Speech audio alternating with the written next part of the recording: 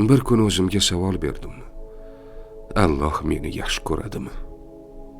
So'ng uning qullarini yaxshi ko'rishi o'z kalomida zikr qilgan bir qancha sabab va sifatlarga bog'liqligi xayolimga keldi. Savolimga javob topish umidida o'sha sifatlar bilan o'zimni solishtirdim. Alloh taqvodorlarni sevadi.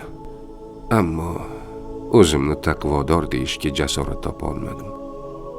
U sabr qilguvchilarni sevadi. Sabrim yetarli darajada emasligini esladim.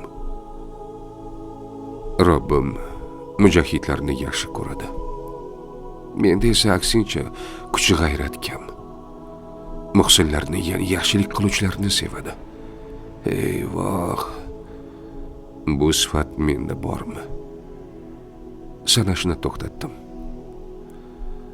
Alloh sevadigan sifatlarni o'zimda topa olmaslikdan qo'rqdim. Amallarimni hisob-kitob qildim. Ming afsuski, ularning ko'pi gunoh va ma'siyatlar bilan aralashib ketgan. Shu onda Robbimning albatta Alloh tavba qilguvchilarni yaxshi ko'radi degan so'zi xayolimga keldi. Bu so'zlar men va menga o'xshaganlar uchun aytilganini tushundim va darhol tavba qilishni boshladim. Astagfirulloh va atubu ilayh. Astagfirulloh va atubu ilayh. Astagfirulloh.